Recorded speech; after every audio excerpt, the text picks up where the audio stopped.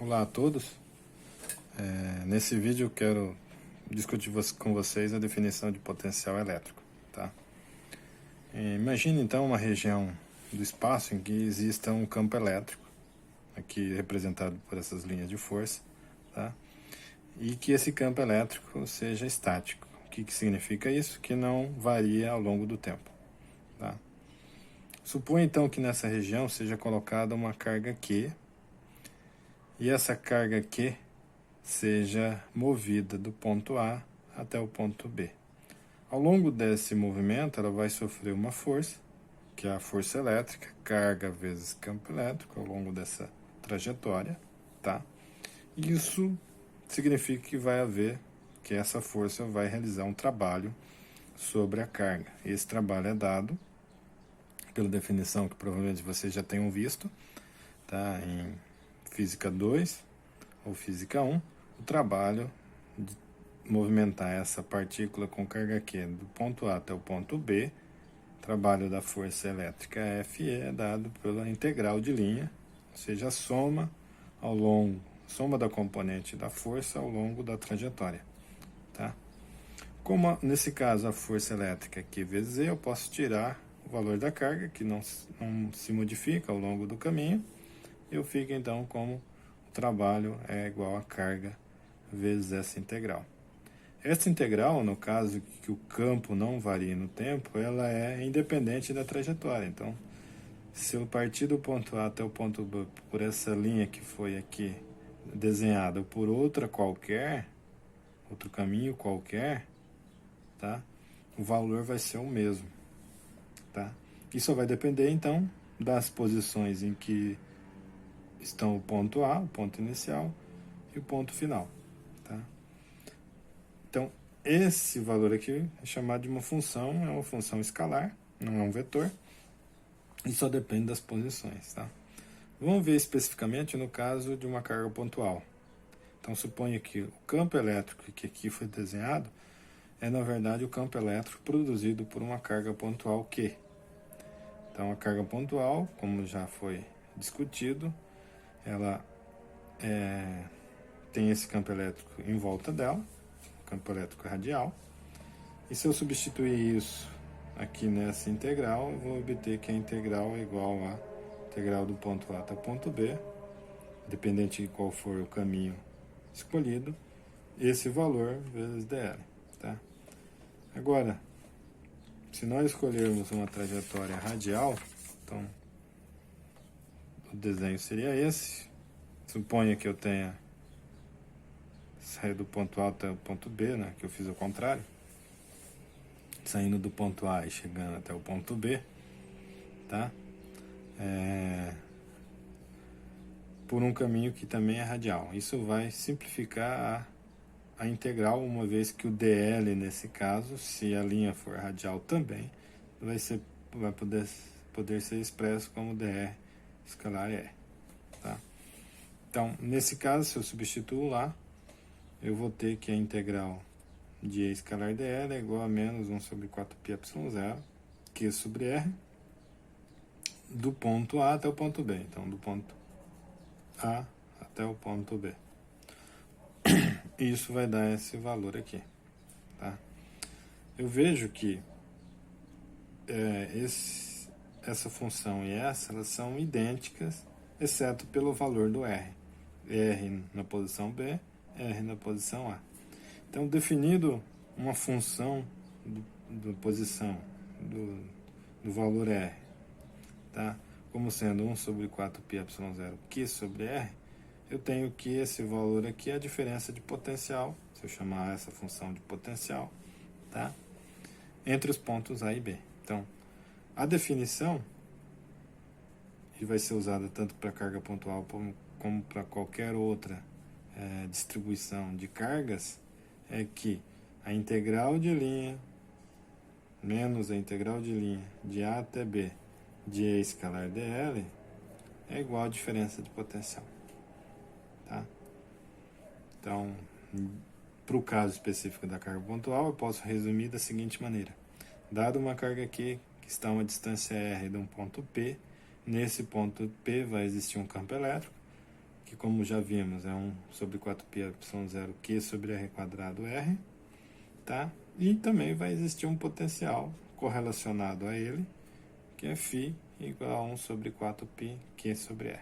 Eu anotei aqui do lado que isso é uma visão equivalente ao que é visto em mecânica, tá? Onde você pode abordar uma situação analisando as forças ou analisando a energia relacionada no sistema. Tá? Por essa definição, eu sei que se o R for muito grande, ou seja, se o ponto estiver muito distante da carga Q, o campo vai a zero. Da mesma maneira, o potencial é nulo nessa situação. Então, essas definições têm como resultado a consideração que a pontos muito distantes da carga pontual, o campo elétrico e o potencial são nulos. Tá? Para o caso do potencial, é importante frisar que às vezes você pode definir como potencial nulo, não especificamente num ponto muito distante, tá? Caso seja conveniente. E no caso de uma distribuição de cargas, então suponha que o ponto P esteja próximo de duas cargas, Q1 e Q2, às distâncias R1 e R2. Aqui nesse ponto P vai existir um potencial da mesma maneira que tem um campo elétrico produzido por essas cargas Q1 e Q2. O campo elétrico produzido por Q1 e Q2 é a soma do campo elétrico produzido por Q1 mais, vetorialmente, a soma com o campo produzido pela carga 2. Tá?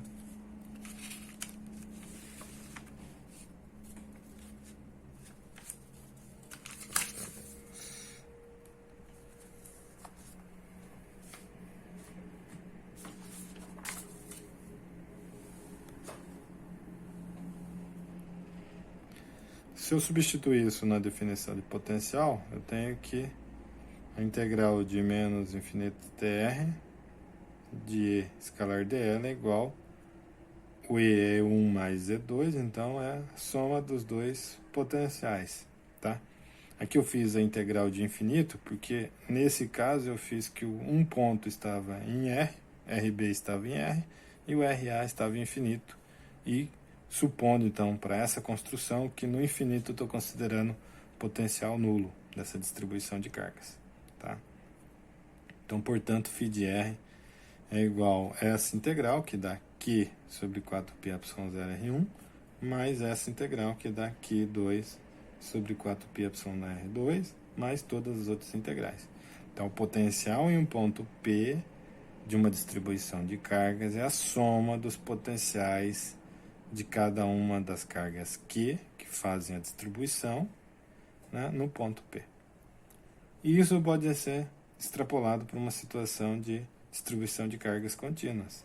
Tá? Ao invés de um somatório, é um integral, tá? Integral sobre todos os elementos de carga dQ. Para cada elemento de carga dQ, ele vai produzir um potencial equivalente da carga pontual no ponto P. Tá? Como vale a superposição, como indicado aqui, eu posso fazer a soma, uma soma contínua, dos potenciais resultantes, né, por todos os dQs que formam a distribuição de carga Q. Então eu tenho φ no ponto P é igual à soma contínua de todas as cargas Qs de cada elemento dQ, que basicamente é a carga, produz uma carga pontual. Tá? Então, dessa forma, eu posso resumir o resultado da seguinte maneira. Uma distribuição de carga produz um campo elétrico. O campo elétrico é igual a integral de Q 1 sobre 4πε0, de Q sobre a distância, vezes o vetor, então é um campo vetorial. Tá? E, ao mesmo tempo, 2, essa distribuição de carga produz um potencial. Posso calcular esse potencial fazendo uma integral no volume onde tem carga, igual aqui no caso do campo elétrico, de dQ sobre R, que é o potencial de uma carga pontual. Tá? Aqui vai dar uma função escalar, então é só uma integração. Aqui, uma função vetorial, tem que integrar nas três componentes. Mas, existe a gente acabou de ver, ou por definição, que Se eu tenho o campo elétrico, eu posso determinar o φ/r fazendo a integração. Tá? E existe o contrário também. Se eu souber o potencial elétrico, eu posso derivar o campo elétrico, que é 4, que é uma operação descrita como menos o gradiente de φ. Tá? Esse gradiente é um operador equivalente a derivar a função φ parcialmente nas coordenadas x, y e z. Tá?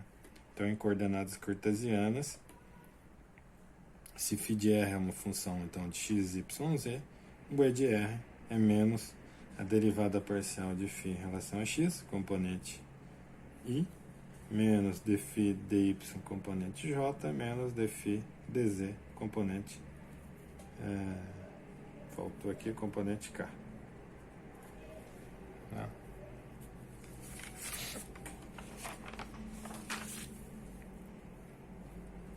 Então vamos a um exemplo. Anel com carga Q. Tá? Imagina, esse é um exercício que tem na lista para determinar o campo elétrico. Tá? E aqui eu refiz ele para determinar o potencial elétrico. Então suponha que você está interessado em saber qual o potencial elétrico produzido por uma descarga, por uma distribuição de carga Q ao longo desse anel de raio R. E eu quero saber o potencial especificamente num ponto ao longo do eixo do anel.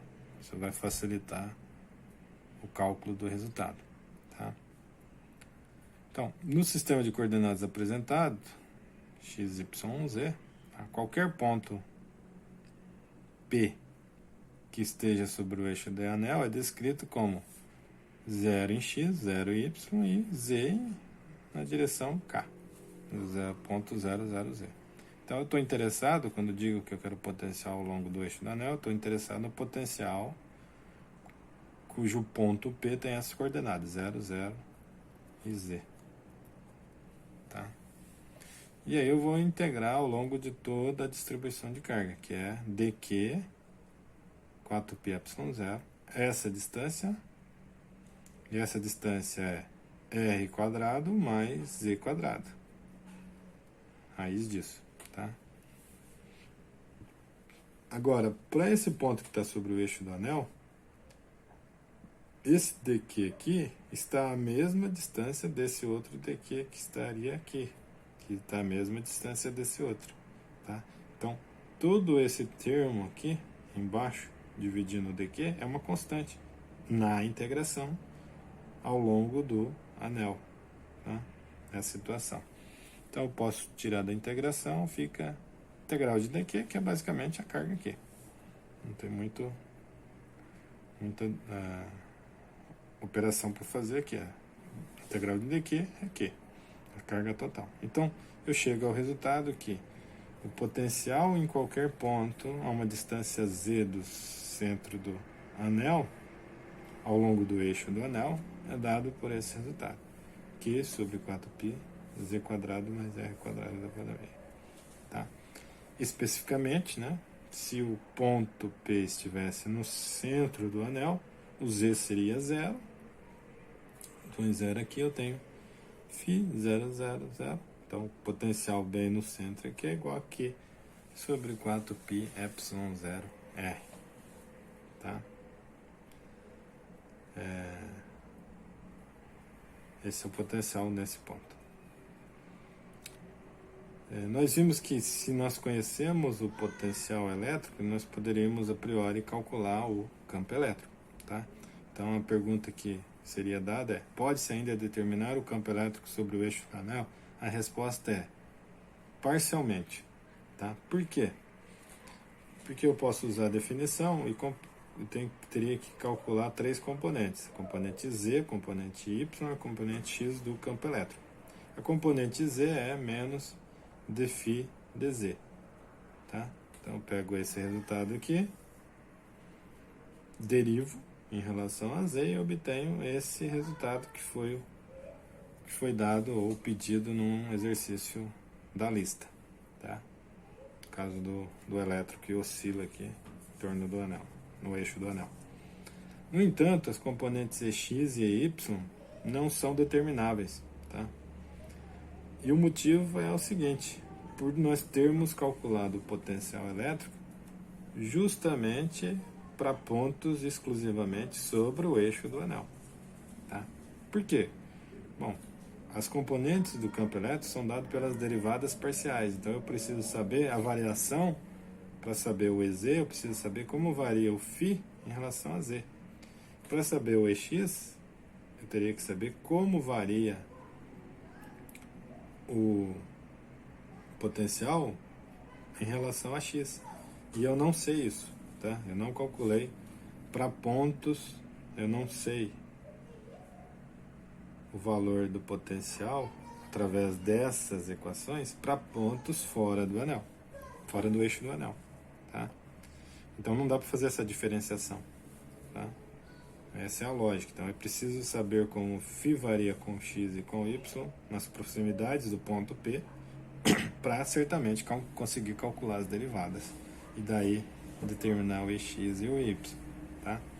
Então a limitação aqui é pela simplificação inicial que foi feita.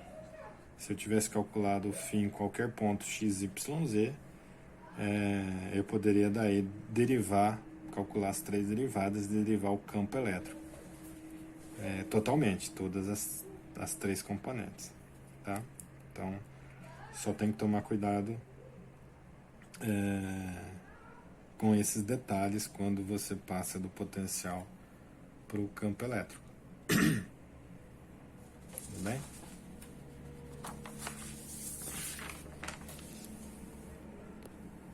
Bom, um segundo exemplo seria uma esfera uniformemente carregada. O que significa isso? Tem uma bola de raio R e a carga está em toda a bola, dentro dela, tá? Então não é só na superfície, é em todo o volume ocupado por essa esfera. Todo o volume de 4/3 de πr ao cubo existe carga distribuída, tá? A questão é, qual seria o campo elétrico para um ponto P que está fora da bola? Tá? De novo eu vou usar a definição. O potencial em qualquer ponto é igual à integral de toda a distribuição de carga de dq, um dq aqui, somado em todos os dqs, em todo o volume. Essa é a primeira possibilidade. A segunda é calcular φ de R integrando o campo elétrico lá do infinito até o ponto P. Então vem do infinito até o ponto P. Qual é mais conveniente nesse caso? Veja bem, aqui se diz que é uma esfera, então tem, geometricamente falando, tem simetria radial e que a carga está uniformemente distribuída. Portanto, o campo é radial, tá? Isso significa que calcular o campo elétrico pela lei de Gauss não é tão complicado, tá? Primeira nota que a gente tem que tomar. Segundo, se eu for calcular o potencial elétrico integrando na carga, eu preciso integrar em todos os elementos de Q. E esses elementos de Q estão distribuídos ao longo do volume de uma esfera. Portanto, essa integral aqui é uma integral complexa, tá? Que envolve 3 dimensões. É uma integral tripla de volume, cujo valor varia com a posição de cada dq, o RQ aqui. Tá? Então não é uma integração simples de ser feita. Tá? Então a melhor maneira, nesse caso, diferente do anterior, é considerar ou que você já sabe, ou que você pode calcular através da lei de Gauss o campo elétrico, integrar o campo elétrico e a partir daí tirar o resultado do potencial elétrico. Então, para um sistema de coordenadas esféricas com origem no centro da esfera, tem-se que esse é o resultado que nós já discutimos anteriormente, tá? Para o campo elétrico. Então, para um ponto P externo na esfera, R maior que R1, o potencial elétrico é integral indo do infinito até o ponto R, de E escalar dl. E aí o que eu faço é como são pontos externos, eu vou pegar esse valor aqui, substituir aqui, considerar que é uma linha radial, então o DL é DR, R, e R, tá? E aí a direção dos dois, desse corta com esse, eu vou ficar com esse termo aqui, que é a integral de dr sobre r quadrado, tá? Que dá r. Tá? Então, φ é igual a ρ r cubo sobre 3ε01 sobre r, r maior que r. Tá? Só para lembrar vocês, se eu usar a definição de ρ aqui, tá? Com a carga uniforme, o Q é ρ 4 terços de π ao cubo. Usando esse resultado aqui para o ρ, eu obtenho que o potencial fora da esfera é Q sobre 4πε0r, que é o valor da carga pontual. Então, uma esfera com carga uniformemente distribuída tem um potencial externo a ela equivalente, como se toda a carga estivesse concentrada no ponto central. Tá? Já é diferente se eu considerar para um ponto interno. Então, ao invés do ponto P estar aqui, ele está aqui dentro. O raio é menor do que o R1. Então, raio menor do que R1.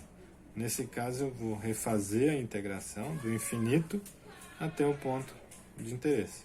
Menos integral de EdL, de infinito até R. Mas agora eu vou dividir essa soma ao longo de uma linha em duas partes da linha. A parte que é do infinito até a superfície da esfera, depois da superfície até o ponto que eu estou querendo considerar. Por que eu faço isso? Porque o campo elétrico tem formas diferentes para cada uma dessas regiões. Para R maior que R1, eu tenho essa forma. Para R menor que R1, tem essa forma aqui. Tá? Então, fazendo isso, basta equacionar. Tá? Vou resolver as duas integrais, que está aqui. A integral externa é a mesma que já nós fizemos para R maior que R1, com exceção que o R é igual ao R1 agora. E eu tenho essa aqui que é RdR, que dá R quadrado sobre 2. 2 vezes 3 dá 6. Nos limites inferiores, R1, com o negativo dá positivo. E R, então, vai dar menos o R quadrado sobre 6ε0. Fazendo a soma aqui em grupos que tem R em quadrado e R1 ao quadrado, esse termo permanece aqui. E com esse eu somei e deu esse outro. Então, o potencial para pontos que estejam dentro da esfera é dado por esse resultado. Tá? Se eu pegar os dois resultados e escrever juntos, eu tenho que o potencial de uma distribuição uniforme de carga é igual a esse resultado para pontos internos à esfera e esse resultado para pontos externos à esfera. Tá? A gente pode, inclusive, verificar se isso é uma função contínua em R1. Então, em R igual a R1, eu tenho que isso aqui vai dar ρ, esse corta com esse, ρ é quadrado, 3 sobre ε0. Se eu puser R1 aqui, vai dar 1 menos 1 terço, dá 2 terços, corta 2 com 2, fica ρr quadrado sobre 3ε0, que é o mesmo valor. Então, fazendo um gráfico do potencial em função da distância do centro da esfera, eu tenho que no ponto da superfície, o potencial tem esse valor, tá? O ρr quadrado, 3ε0, e é contínuo. Fora da esfera, o potencial diminui como 1 sobre r quadrado. Dentro da esfera é uma função parabólica. R quadrado aqui. Chegando a esse valor máximo de ρr quadrado sobre 2ε0 quando r é igual a 0. Se é 0, fica ρr quadrado sobre 2ε0. Tá? E por hora, é isso que eu queria mostrar para vocês.